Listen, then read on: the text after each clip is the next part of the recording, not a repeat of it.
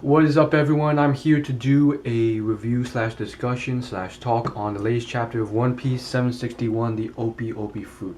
Now, this is obviously a unique chapter, so um, it garners a higher rating than the standard crappy, boring chapters of One Piece. You know those chapters, the ones that are just like very low, very boring, have to be there for whatever reason, for build up or transition. Um, but I wouldn't say it's the best chapter ever. So if one of those average chapters was like a 4 out of 10, I'd give this about a 6.3 out of 10. And you guys know what I'm talking about. Um, we have now found some very interesting stuff about the Opie Opie fruit and Don Flamingo.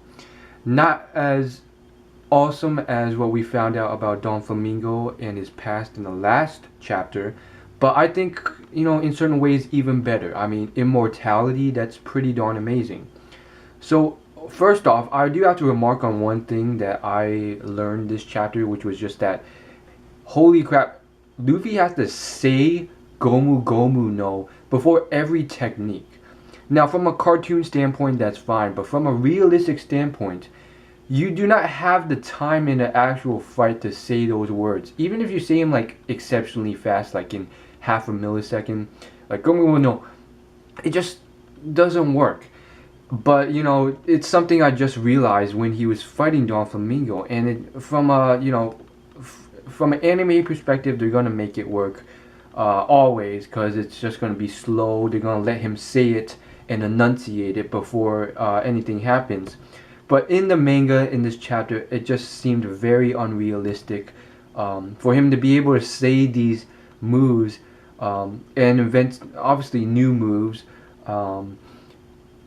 in time. It's just, Don Flamingo being as powerful as he is, it just doesn't make sense to give this guy so much time to do so much. Regardless of this, though, it seems like Luffy is being stomped. And so everything I was saying before about, okay, we haven't even seen close to his full potential now after the time skip. He must be amazing. And I went on and on about how the Sea World arc, when they were underwater, it never really showcased the full potential of Luffy's abilities. Granted, it did show that Luffy was incapacitated numerous times. But now it seems like Luffy is having numerous trouble.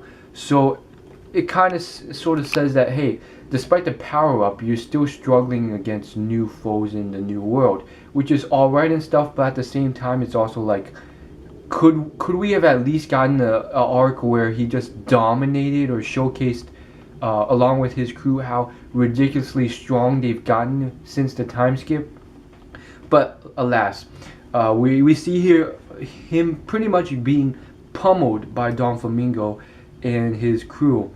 And I do have to say, though, another interesting fact is, and I have to address it, the whole thing that was revealed about being Don Flamingo being in the holy city of Joyce's inner circle.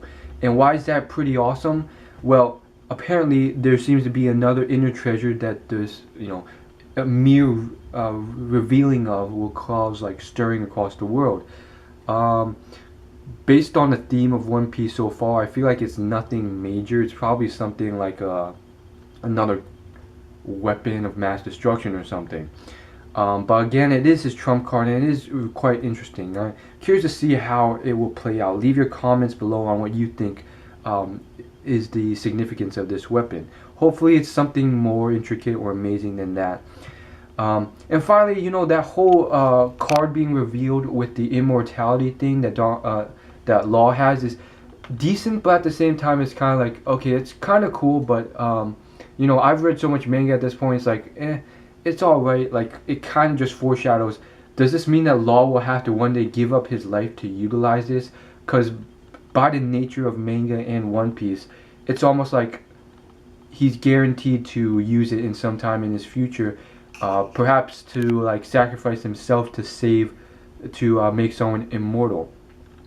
Obviously, we want more details about this ageless surgery. Does this mean you can still die from a flesh wound? Does this mean that it's been exercised numerous times in the past for it to be have a legacy and for people to know of its existence? If so, who else is immortal? We've never seen anyone who's immortal so far. What about Goldie Roger, who is so ridiculous? How did he end up dying? If he could have gotten like his hands on Opie Opie no Mi. It is obviously very interesting, and obviously, you know, there's cost. Like, the person who uses it has to die. Maybe Goldie Roger didn't have the heart to kill his crew. And finally, we get to a point where we see some of the backstory in flashback with Law. Obviously, it sort of foreshadows that we're gonna be seeing probably 10 chapters at least of a flashback, which I always hate. You know, I want to, like, I like the build up sometimes, and some of the flashbacks are very touching and almost make me cry, but it's like, you know, at this point it's like, oh come on, another 30 chapter flashback. And it's almost foreshadowed that it has to be, because long story short, Law is pretty much like, he has gone against his roots. Everyone who's raised him and brought him up, he's now trying to kill. So it's like there has to be some long flashback to explain this. And now, you know, the author can do what he wants. The sky's the limit. So he's now created a new character who has yet to be revealed up till now, named, I believe, Corazon, who is very similar to Don Flamingo in his outfit with the sort of feathery cloak, but his cloak is black. He obviously has a sort of eccentric personality that's unique and somewhat similar to Don Flamingo, but at the same time different. He's a mute, and we're going to see what's happening. I don't think he's actually mute. Something in his past changed him. And for one, I very much like his whole getup. His hair, his outfit with the black spades, his eyes, his sunglasses. Apparently there's like black, you know, spiked tattoos on his face. It's just very interesting seeing how the author, you know, comes up with characters and draws them out. I honestly very much like this character so far. His eccentric nature, throwing Law out the window, kind of bizarre, but it's pretty obvious how it's going to play out. Law's going to befriend this guy. Obviously, everyone loves this guy, and then something's going to happen. Like Don Flamingo is going to like kill Law unjustly. I mean, not Law, his younger brother unjustly for whatever reason, which is going to, you know, turn Law against Don Flamingo and his entire troop. Why Law is going to want to kill the rest of his troop, I'm not really sure, but it's there. Like, it kind of makes sense. It's like, you know, he's going to hate Don Flamingo somehow. How he's going to end up hating the rest of his troop, I don't know. But right now, Law wants to kill everyone. Not everyone, but everyone associated with the Don Flamingo family. So that's all I really want to say about this chapter. Decent chapter, not the best. I'd give it a 6.1 out of 10, which is somewhat low of a rating. And again, I'm comparing it to a ridiculous chapter of Toriko this week. So check that out if you haven't. Thanks for watching. As always, like, favorite, comment, and subscribe.